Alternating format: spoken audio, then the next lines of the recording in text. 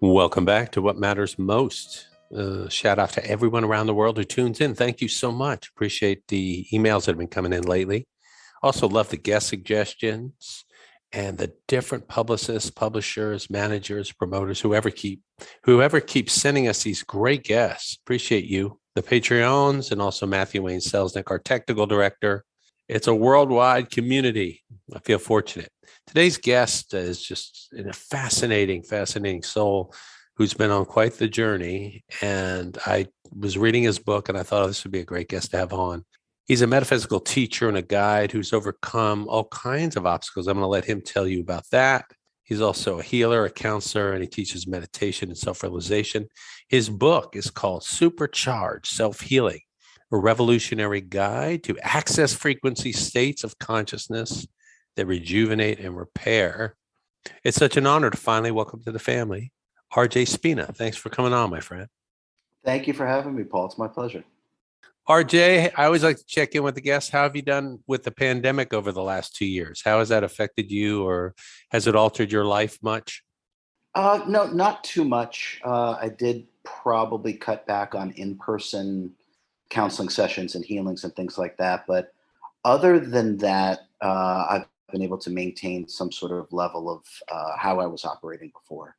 When you tune into it, beyond the actual microvirus that we see, you feel that there's any message here from nature, the universe, the earth, Mother Gaia, for humanity in this virus, and perhaps a message for us to slow down and maybe become more aligned with the harmony of nature? Yeah, actually, I would say, Paul, that's on the money. It's forcing us to take stock, to look inward, not take so many things for granted. Maybe even just personal liberties and freedoms is one of those things. And hopefully it will allow us to work together instead of further dividing ourselves, whether it's politically, through ideologies or whatever it is. We really need to come together and find common ground now more than ever. And we don't want to let anything divide us, whether it's a virus or anything other than that too. And you alluded to something there, to shift from maybe a competition model to a global cooperation model. Yeah, absolutely. I mean, there's far more power in oneness than just individuality. While at the same time, individuality and liberties have to be maintained.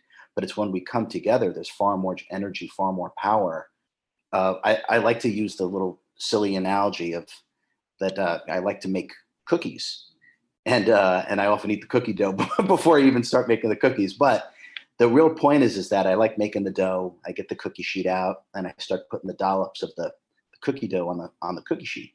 And no, not one of those cookies are ever equal. Each dollop is a little bit different. Some have more raisins, more pieces of chocolate, more coconut shavings. One's bigger, one's small. They're not uniform at all. They're completely different. And now they're separate. But it was just 1 minute ago, they were all one as cookie dough. And I think if we can just start to tune into that, and our rational mind, Paul, doesn't let us do that, because the rational mind cuts, divides, fragments, and compartmentalizes. But we have to look at what gives birth to the fragmentation, the compartmentalization. And what gives birth is the higher mind. And what gave birth to the higher mind is the idea of it. We are cookie dough. We are all one just a minute ago, and we're having a temporary individual experience. But it's only temporary, and it's only through the rational mind that we reinforce that. And it's through the higher mind that we'll start to be able to come together. And also through the higher mind, this is how we're going to learn things like self-healing and self-realization. What a great metaphor. And I agree. And it's interesting because we need that rational mind to have the third dimensional polarity experience here. If we were all light, it would sort of defeat the purpose. But if you fall asleep completely into the rational mind and believe that's all there is, then you get lost in the illusion and you experience a lot of suffering. Yeah, I mean, the intellect or rational mind it's a wonderful tool. It's absolutely needed. It's absolutely necessary. I mean, it's there for a reason. But in terms of understanding what gave birth to it, or in terms of being able to put things back together that the rational mind keeps dividing, that's simply the wrong tool. We would not use a knife to stitch a blanket. So if we can start to look at it that way and understand it's a tool and it's a wonderful tool, but it's a tool. It's not the tool. It's a tool. Would it be better used as servant to the heart and the higher mind than the master of those two aspects? Oh, 100%. 100%. When we start to tap into what gives birth to the mind body complex, and I think once we just literally even start to investigate that, Paul, just the act of investigation of what we could call self inquiry, everything starts to change. And one of the things that starts to change is how we start to deploy the rational mind. All of a sudden, that changes. The very agenda in which we use the rational mind alters. And there's a much more holistic approach to even the compartmentalization and fragmentation that the rational mind uses to operate. Will you share your amazing story so people know where you're coming from? April 23rd, 2016, which is kind of unbelievable, going on 6 years. I was I was permanently paralyzed, permanently, and I'm doing air quotes. I know you can't see me, but permanently paralyzed from the chest down.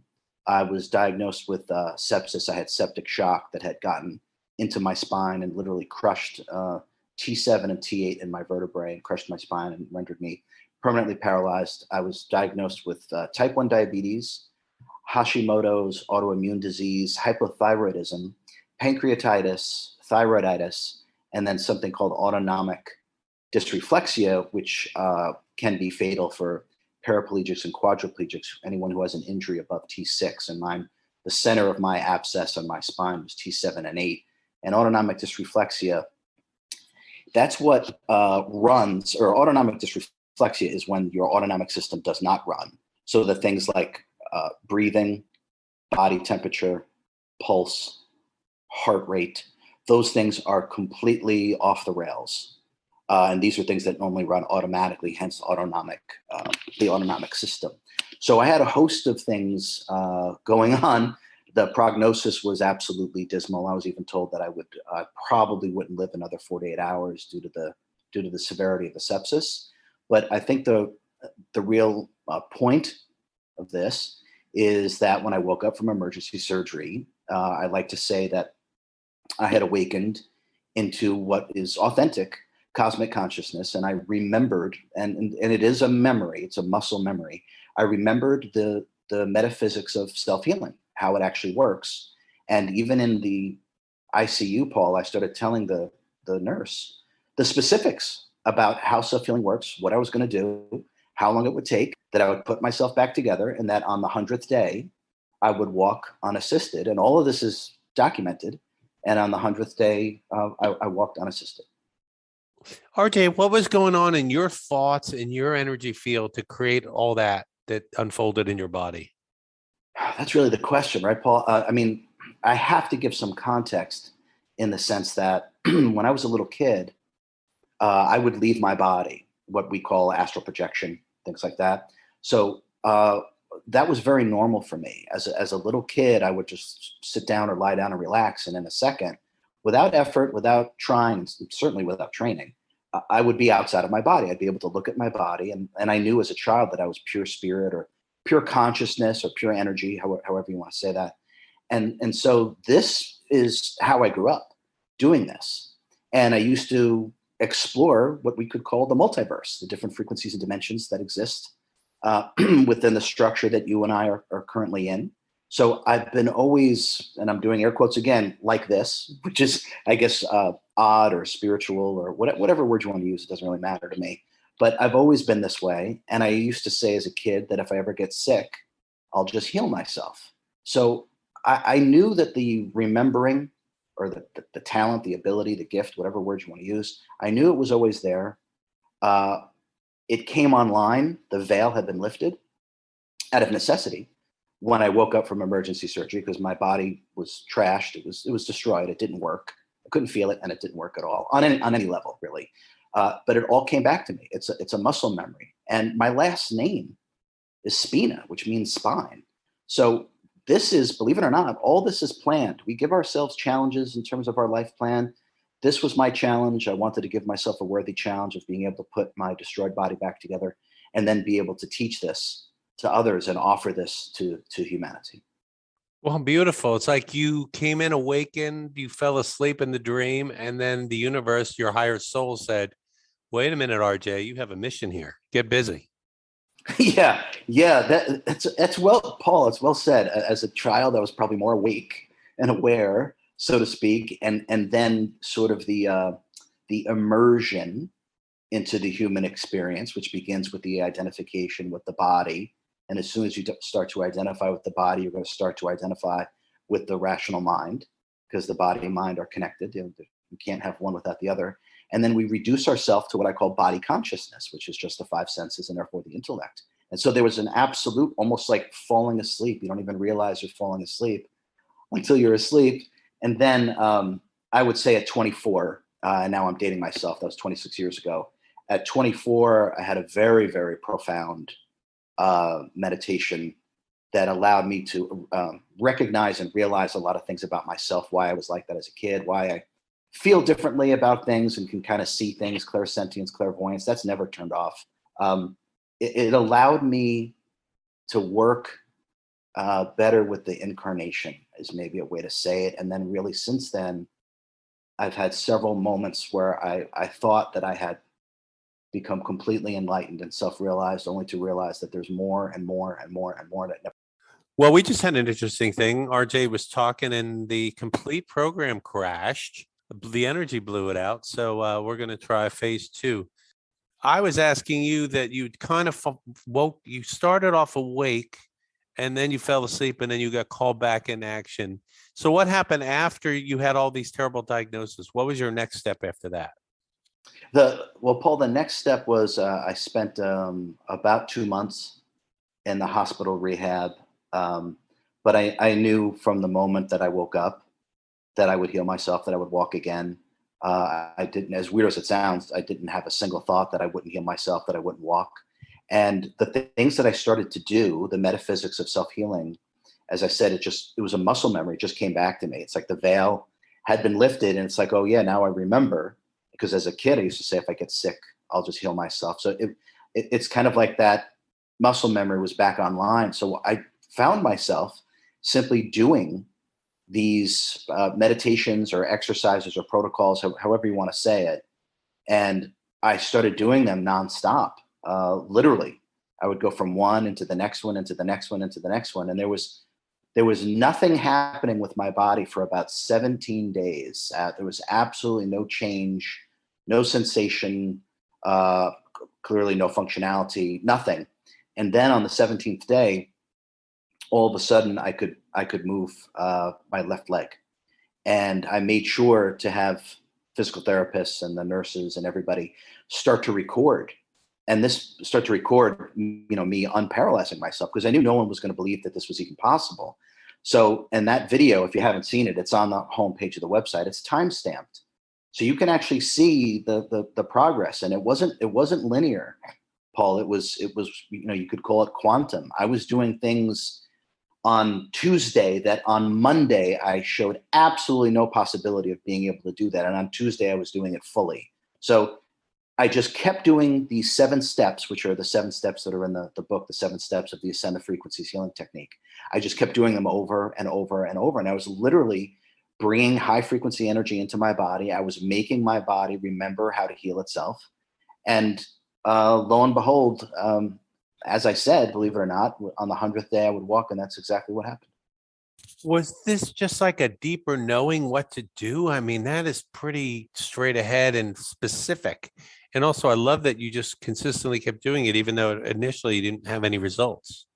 Yeah, Paul, it was, yeah, well, I'm probably stubborn, but yeah, it was a remembering. There's no other way for me to describe it. It's a muscle memory, because even as a little kid, I would say, if I ever get sick, I'll just heal myself, which, it's sort of ridiculous to say something like that. And I think if anyone would have even asked me, okay, well, how would you do that? I really wouldn't have had an answer. I knew it was in me. I absolutely knew it. As sure as you and I are speaking, I knew it. But it was only upon literally the destruction near destruction of my body, it literally came back. I woke up at exactly 3 o'clock in the morning.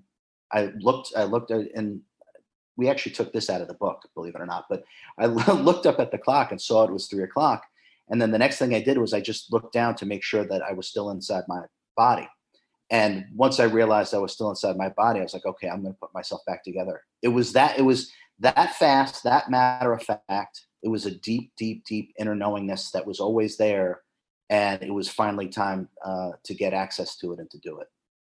Amazing. Do you feel that at one time on this planet, we as beings, this was common, but then we collectively fell asleep and then we kind of shifted from an outside in model? Yeah, 100%. Yeah, our history, our real history, and certainly the things that I experienced tangibly through higher states of consciousness, the human race has operated. This is the dark ages in terms of how we're operating. And I can see these things and experience these things directly. So yeah, this is the dark ages. Were people doing this before with regularity? Absolutely.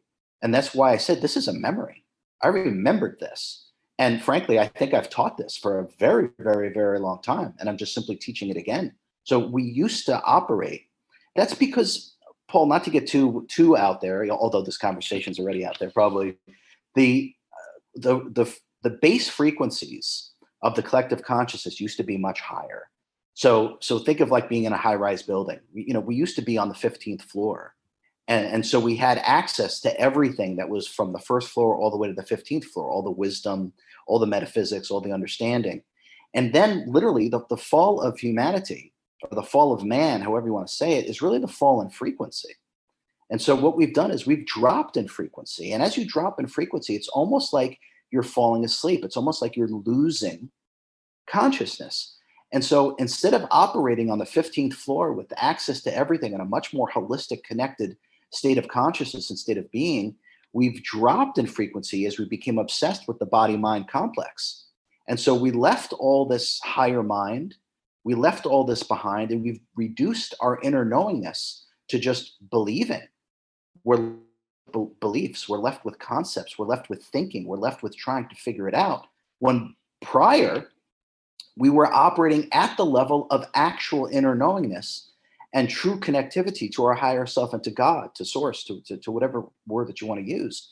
And the healing technique and what happened for me was my remembering of this, because like I said, as a kid, I said it.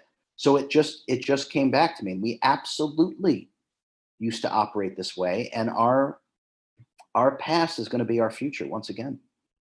Did we fall in the same way that you did, just so we could remember? Not necessarily. The fall of humanity is really the obsession with the physical realm.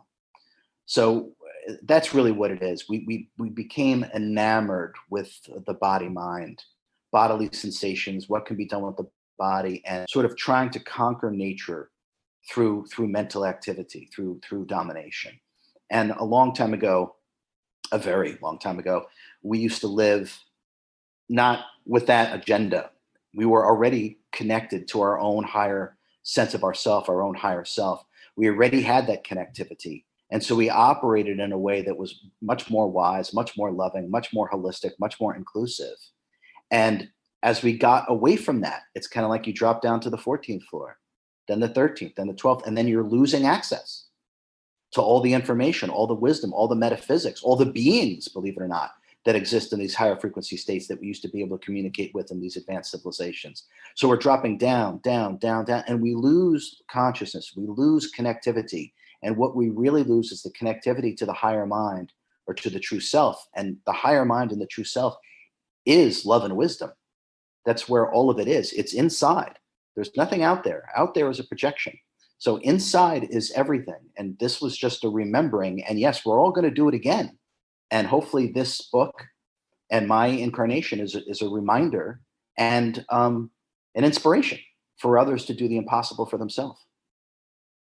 Perfectly said. And our whole culture teaches us it's an outside in process, pharmaceuticals, surgery immediately, when really those are bandits. I believe the body is what heals us. And sometimes we have to actually overcome what they prescribe and what they do to heal. It's like now it's double-edged and it never deals with the root cause, which I believe comes from a different place.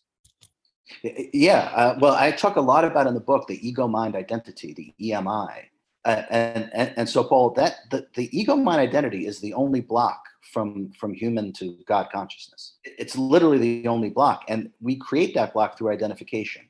The ego mind identity created through incarnation, and the foundation of it is the identification with the body.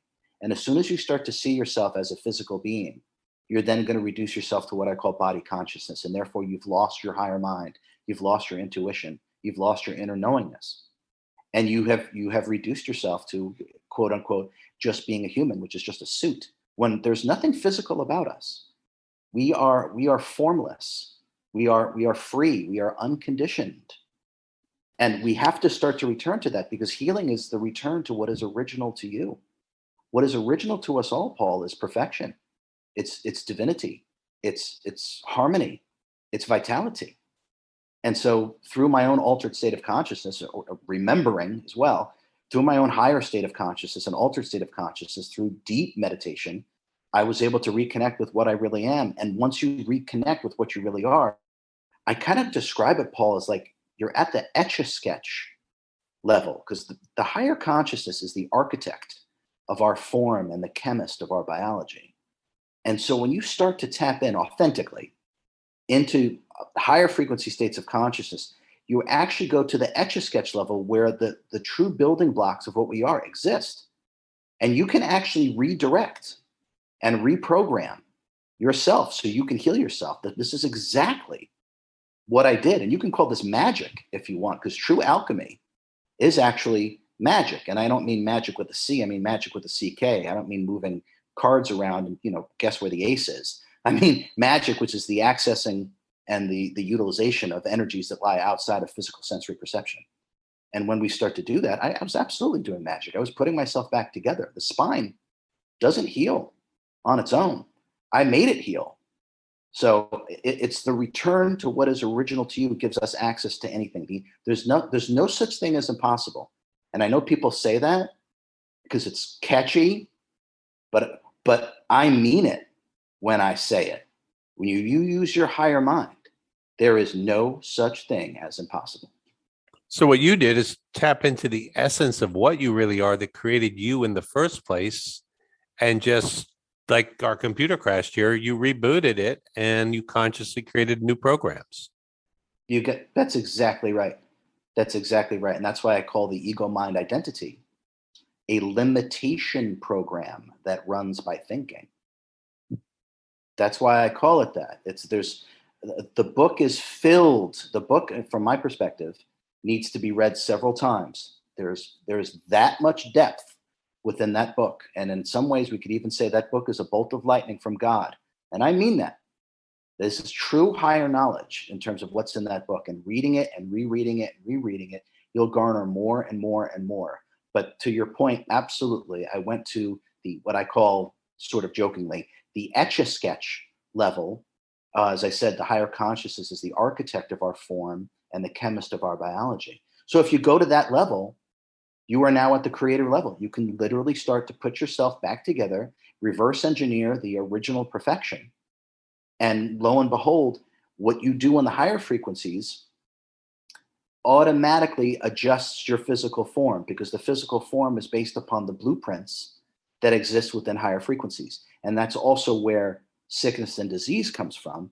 Nothing originates in the physical, everything is projected into the physical. So sickness and disease exists and is manifested in higher frequencies, which is why Western medicine doesn't really work, because all it does is treat the body, and that's not the cause. The cause is the ego mind identity. The cause is the misprogramming that we give ourselves, throws our body mind so out of whack that we've lost the ability to self-heal. And really, disease and illness are just alarms from our GPS that tell us we're off track. How else would we know in an infinite universe of choices that we just made the wrong turn? Yeah, you got it. It's the tangible experience of the wrong turn. You got it. Perfectly said. And it starts with whispers and then symptoms. And then if it completely gets ignored, you get a house fire.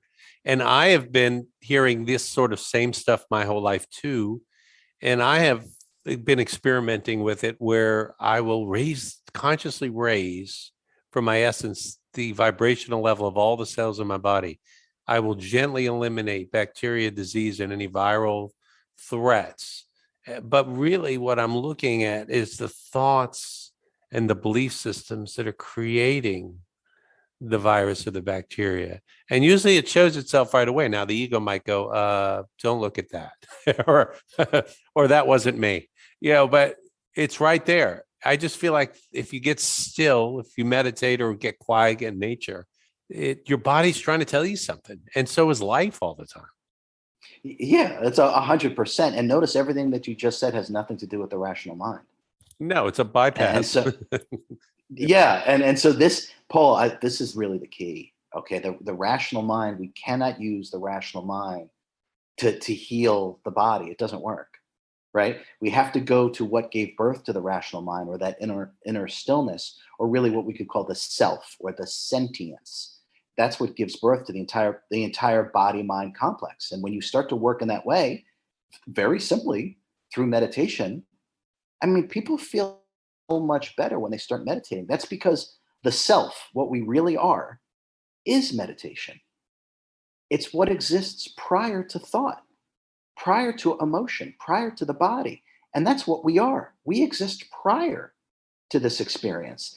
And so when we start to access and utilize that, all bets are off. I really mean it when I say there's no such thing as impossible. I mean, look at animals regenerate limbs. Some of the things that animals do, dolphin, the abilities that even animals that are here with us that they can do. We can exceed all of this.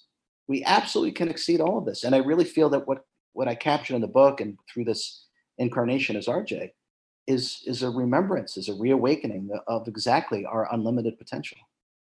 You need to look no further than the trillion cells in your body processing all of this at light speed. And it's a miracle. I mean, the whole thing is miraculous. You don't have to believe in magic. It exists everywhere. Look at a tree, a seed. There's a cardinal out there singing on the feeder. You can hear him in the background. I love the word sentience. Is who we are basically a little bit more organized energy out of that sentience, perhaps a fraction, and then it comes in and has a physical 3D carbon-based mammal or whatever identity here for a little bit of time in the virtual reality, and then it kind of moves on and gathers what it wants to take and leave behind what it doesn't. Yeah, a lot of that I feel is accurate. So sentience to me, Paul, is we can think of it as as an indirect fractal of God, and I say indirect only because if you've heard the term higher self or oversoul or Godhead, that we are just a drop of a much larger being, kind of like an octopus drops a tentacle down in the water to see what the water is like a little bit deeper. We are essentially a tentacle of a much larger being that's through esoterics and spiritual literature. They call this being the higher self. And we are literally 2.5%, by the way, of a much larger being. And that much larger being was created directly by source. So that's why I say we are an indirect fractal of God itself. Now, and that's what sentience is. That's what we really are. You can think of sentience, Paul, as divine intelligence. Don't think of thinking, knowingness. So think of it as a divine intelligence. It's our level, amount, or believe it or not, our weight of love and wisdom, and our talents and abilities are subsets of that love and wisdom. Now, that is what we really are. And that sentience has been given a complement or an amount of energy. And that's the energy that we use to think, to emote, to animate our body, to create, because we are an immortal creator. So we are the sentience given energy to create. Now, previously, I feel that it's been inaccurate and that's been called one thing, and we call that the soul. Now, from my direct experience, that it's those two things. What we really are is the sentience, and then we're given, gas in the gas tank. We're given energy, and that's the energy that we use to create. And so the suit itself, the human being, this is just a physical vehicle. So it's like when you get in your car, when you need to go somewhere, you get in your car. When consciousness or sentience, you or me, want to go somewhere within the physical universe, we need a vehicle as well. And so you and I have commandeered a vehicle that we call a human form. Could have been alien, it's human. So it's just a vehicle, but we are the sentience inside that's operating it, that's been given energy to animate the body, which is what we use to think, emote, and create experiences. Yeah, that's basically what I was trying to say. I love it. Perfect. Different words, different phonetics, but that you're nailing it. And do you ever go out at night, look up at the stars and realize that's also you or an oak tree or redwood or everything else? Yeah, there are meditations, or we could even say levels of yeah, we could call it levels of self-realization or levels of enlightenment, if you want to call it that, where complete clarity, calmness, connectivity, and communion actually takes place. The stuff that we read about in books. That this is real. These are real experiences. These are tangible experiences that I have, that I teach, that I talk about, and it's all related. So yes, it's all one thing. It's just like the cookie dough. It's it's as ridiculous as that is, but it's just a temporary experience of individuality, Paul. It's temporary, and we call that life, right? And then upon death, all of a sudden we go up many of those floors, like we talked about in the high rise, and all of a sudden it's like going from underwater where you can't see, can't move, very limited functionality, very limited ability to move around. And then all of a sudden you're on land. Now all of a sudden, oh my God, I feel so much better. I can see, I can hear, I can move around. Oh, it's a much more holistic environment. So when we leave the body, or when the octopus pulls the tentacle right back up, all of a sudden we're in a much more holistic environment. And many of the things that I'm rambling about start to become obvious. And believe it or not all of them yet, because you actually have to go higher than that. But some of these things that we're talking about become your instant reality.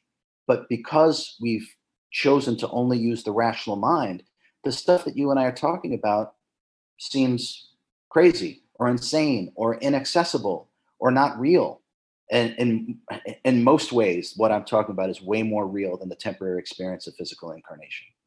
How does the person listening around the world begin to access this? I would recommend your book and your website, but wherever they are in the world, how can they start? It's not exclusive, right? I feel like it's available to everybody. Absolutely. There is literally nothing special about RJ. Nothing. Absolutely nothing. I've just simply woken up. That's all. So it's not special. But so this is universal. What we're talking about is absolutely universal. The one caveat to that, Paul, is that I am very dedicated and self-disciplined. So we get out of things what we put into them. I have dedicated my life, this incarnation and others. I have dedicated my life to the practice of understanding metaphysics and being able to teach it.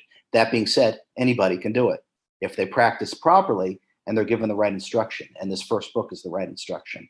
So what I would say is for anyone beginning, so to speak, start with what we'll call it a mindfulness practice, even though I can't stand that word, to be honest, but we'll call it a mindfulness practice or a meditation practice. Now, I've taught many people all over the world meditation. And the way I teach it is very, very different, because I'm going to teach it right now and people can do it in 2 seconds. Okay. The one of the universal things I've heard in the last 26 years or so is that people have a very hard time meditating. Very, very difficult. If not, they just come out and say, RJ, I can't do it. Okay. So, and I get it, because we build it up to this thing that's so difficult. It's like, I need to go in my room and light my incense and get my crystals. And it's like, no. The self is meditation. It's your normal state.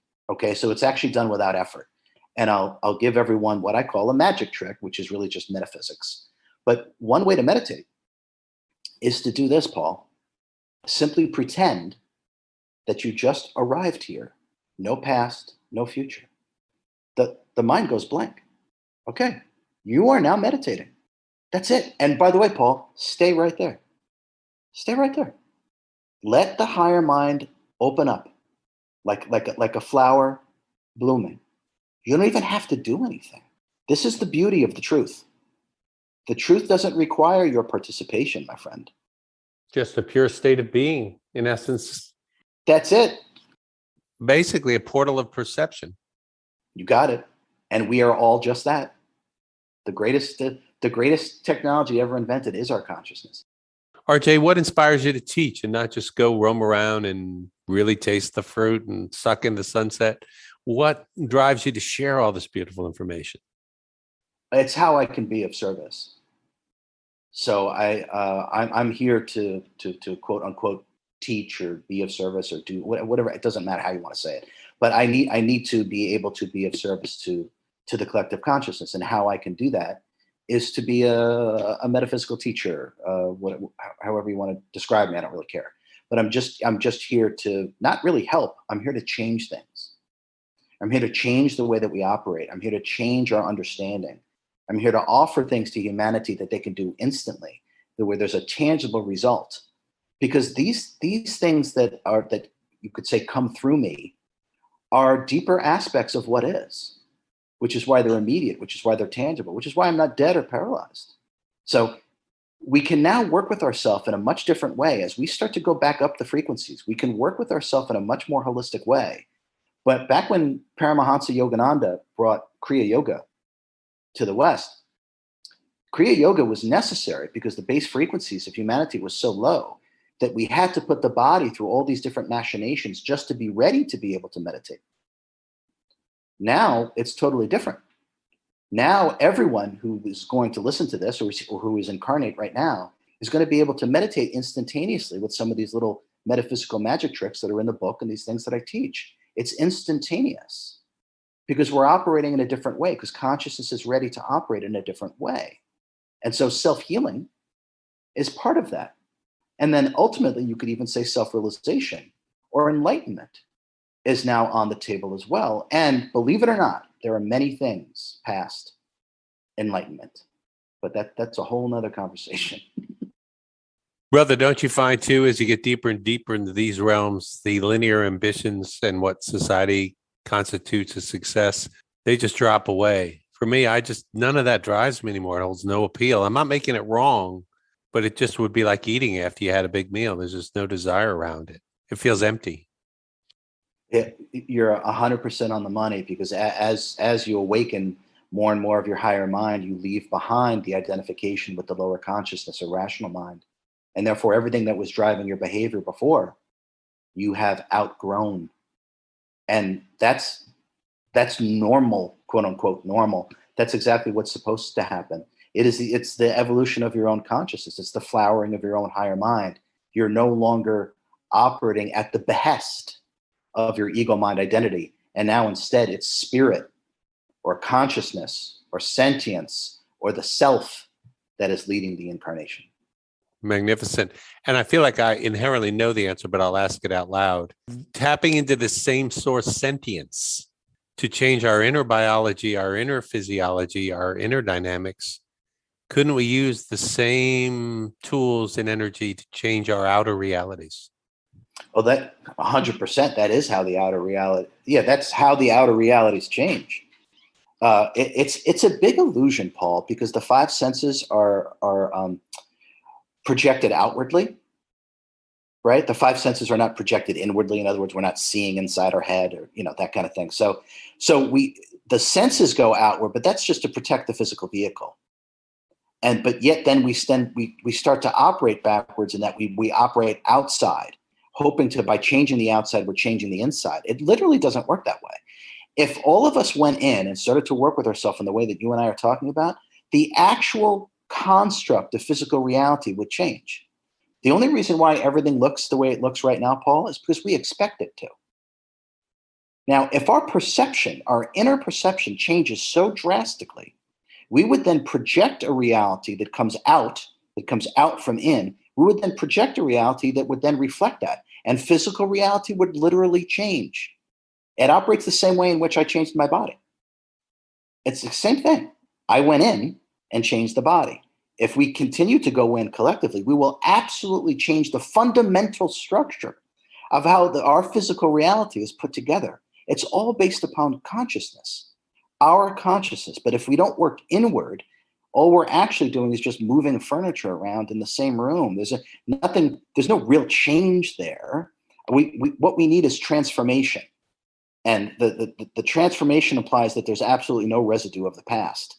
That's transformation. And that's done when we work inwardly first, and then the outward projection changes to match that. I have literally said that verbatim about the furniture too. I just kind of laugh out loud when you said that. How dangerous would it be to the power structures that control the world if millions of people suddenly woke up to this reality? Because I see, like you, I think everything in the old would collapse, but there'd be a dawn of a new age of humanity, and it would just be so beautiful. Yeah, that's exactly right. What would happen? Well, we would leave behind, the school bully. This is essentially what would happen. As you know, a lot of us know, when you stand up for yourself, all of a sudden you're not picked on anymore. Just it's kind of like magic. Oh my God, I'm standing on my own 2 feet. I believe in myself, and I'm not putting up with this nonsense. So in a lot of ways, that's what would happen. We would leave behind the school bully. We would move upwards and onwards, and without getting too far out there, we would then be looked after. I'll use the words looked after. We would then be looked after by a completely different level of consciousness that would be able to work with us as we are operating in a higher frequency way. Right now, the school bully likes to keep things low frequency. And by keeping things low frequency, we are not flowering our own higher mind. So we reduced ourselves to body consciousness and therefore the five senses. So it's very easy to control a planet. It's incredibly difficult to liberate a planet. But if we start working with ourselves in this way, this is exactly what will happen. And there will be no more school bully. We'll have a completely different group of, or I'll just say a different level of consciousness that will then be looking after humanity, because we'll have graduated. And so we'll be operating in a different way, and we will then have different level of consciousness looking out for us. We'll be able to move freely around the playground, and we won't have our lunch money shaken down from us anymore. Yeah, that's it. Yeah, in a lot of ways, that's literally true. Literally, yeah, literally effectively. You got it. That's right, Paul. You spoke of other lives. Do you have very vivid memories of your past incarnations here, or some of them? Yeah. We can all do this. So again, think about that octopus analogy with the tentacles, right? Okay. So if we learn, and it's not difficult, I promise. If it was difficult, I wouldn't be able to do it. So if we kind of realize that we're a tentacle, an extension of a much larger being, all we have to do through meditation is go back up what people call the Hara line, or the white light that they see upon death or near death experiences, because that's actually how we get projected down here, which is why it's universal. Everyone says the same thing, the white light, and it's a tube of white light. Yeah, because it is. So if we start to go back up that, which we can do consciously through meditation, and if we're able to go all the way back up, which we can, then we return all the way back up to the head, so to speak, of the octopus. Now, once we return back to the head of the octopus, the temporary individual wave that rides upon the ocean has crashed and now becomes one again with the ocean. Individuality is gone.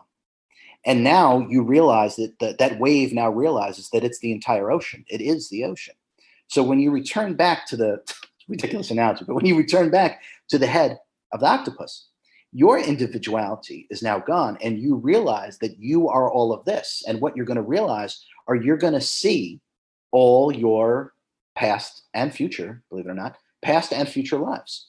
Because the individuality has been removed, you now realize that you are all of this, and all of this is you.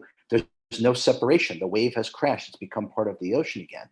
And so this is a meditation that I teach. And this is something that was, believe it or not, that was happening to me when I was in my 20s. And thank goodness it happened, because it allowed me to make sense of why I'm so weird and why I'm able to do this. But that's what starts to happen. You'll realize that you're all of these lives, and all of these lives are you. And not only are your past lives there, as weird as it sounds, your future lives are there as well. Your higher self is everything you have been, are, and will be. It's your totality. It's everything. And we can access, I've actually watched my future. I've watched them like a movie. Literally, I've watched them. Some of my past lives, because it made sense. I'm like, oh, now I know why I'm so bonkers. So I'm just able to watch them, and I've even watched future lives. But it's important not to identify with this, Paul. We can get lost in this and start seeing ourselves, oh, I used to be so-and-so, or I'm going to be so-and-so. No, That's not the way to view it. What you are right now is what you are. I am RJ, whoever RJ is, but I am RJ, and I'm doing this work as this soul right now. Those are just other aspects of myself. But the identification with it can pull us out of the incarnation, and in some ways, it can limit what it is that we need to focus on if we start to get too focused on past lives and future lives. So it's a wonderful context to have. It'll be very enlightening for people to have these experiences. But what's most important is to realize who you are right now in this present moment. And the reason why who you are right now in this present moment, that's exactly where all your attention and focus should be. And with all that, you still probably forget every day, all the time, don't you? Yeah, there's no the real struggle, Paul, is moment to moment presence, right? And just like we did pretend you just arrived here, no past, no future, and now there's clarity, and the beingness is now online. All we have to do is take that beingness and put it into the doingness, and our life will experience a superior quality of life, both interior and exterior, when we operate that way. What brings you the most resonance and joy in the moment? My own connectivity and communion. When I'm working with someone or an animal, I mean, it doesn't matter what it is. The connectivity and communion that I feel, to feel like I'm truly in service, I'm truly doing what it is that I set out to do, and that I'm adding and helping expand and raising the frequency of humanity. And to me, there's nothing greater. And I would imagine, given all this, outside of just some primal survival energy, you don't really have much fear around your mortal temporality ending here. Yeah, I mean, I dare I say, I don't think I have any. I've known as a kid what I am, which is spirit. So I know what the body is. It's like your car. You get in your car, and then you get out of your car. It's like I mean, I don't think anyone has an anxiety attack when they're going to step out of the. I hope not. When they're going to step out of their car, it's no big deal. So, and I practice every day leaving my body. I mean, this is something, like I said, I've really dedicated myself to this. So, fear, no, there's absolutely no. Why would anyone have fear of going home? Perfectly said. And I have to sometimes watch myself because I kind of lean a little that way, not in a suicidal sense. It's just like, oh, the density, get me back. I want to reboot and regenerate. This has been a great run. Yeah, I mean, you know what that makes me think of, Paul, is the statement from Christ when he said to be in the physical but not of the physical. And so, to me, I mean, obviously that's about as eloquent as you could say it, but to round it out in some way is that we slide into this body and we're here to enjoy ourselves, to love ourselves and love one another. And I really mean that. That's almost really it. We're here to love ourselves, understand ourselves, self-realization, and share our love and wisdom with each other, and then slide right back out. So in other words, no identification with being physical, because we're not physical. And the identification with being physical, the summation of those identifications is the ego mind identity, which is why I go on and on about that in the book. That's the only block from being a human to being a master. I mean it. That's the only block. It's like a lid on your higher consciousness and your connectivity. When you start to dissolve the ego mind identity, and the book is filled with what to do and how to do that, when you start to remove that, you literally do start to go from human to master. And things like self-healing and self-realization, they're in play now because it's our natural state. Just beautiful. I love what you're doing and what you're about. And are people like Yogananda and the Buddha and Jesus, and really you, I mean, not ego wise, but just these are people that remembered and helped awaken others and teach others. And even Jesus said, "You shall do greater things than I." I've been a big follower of Yogananda, and it's such a humble approach. Anybody can do it. Just live to serve. These people barely own a sheet or, something to wear. They're just here trying to help. Yeah, I mean, I'm not going to be too specific about myself, but absolutely, I hopefully this work will live well beyond my body. And what I'm really interested in is planting seeds to grow trees, and I have no intention of enjoying the shade myself. So I only want to serve, which is what I do. I do every day, almost literally every single day, and it is truly my joy to be able to do this. I'm so blessed that I am different, not better, not special. I am different. There's no doubt about that. But this difference, or this aspect of being different, is just part of the totality of everything. So I'll give an analogy. If you think of a pizza, think of a pizza, and the pizza is cut. Let's say the pizza is cut into 12 slices, right? Okay. I simply represent one of those slices of the totality of everything, just one single slice of the totality of all things. And I do embody an aspect of that. And so I'm here to teach that, embody that, so people can see what it looks like, sounds like, how it operates, what it's able to do, and just use this as a guidepost for yourself. Just like you would use, I'm certainly not putting myself in the class of Yogananda, Christ or Buddha. I'm simply stating that when we do realize and achieve a certain level of self-realization or enlightenment, or whatever word you want to use, the only thing that you want to do is share and give. There's no compulsion to take, acquire, or become.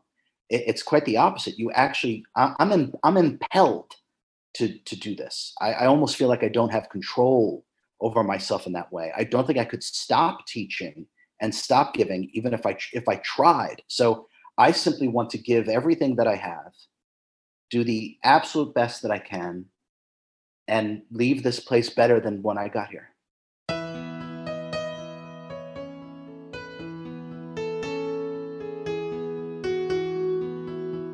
You've been listening to the What Matters Most podcast, a 100% listener-supported program. If you feel inspired, please go to our Patreon page at www.patreon.com/whatmattersmost and join our family. So until the next time, stay inspired and in the light.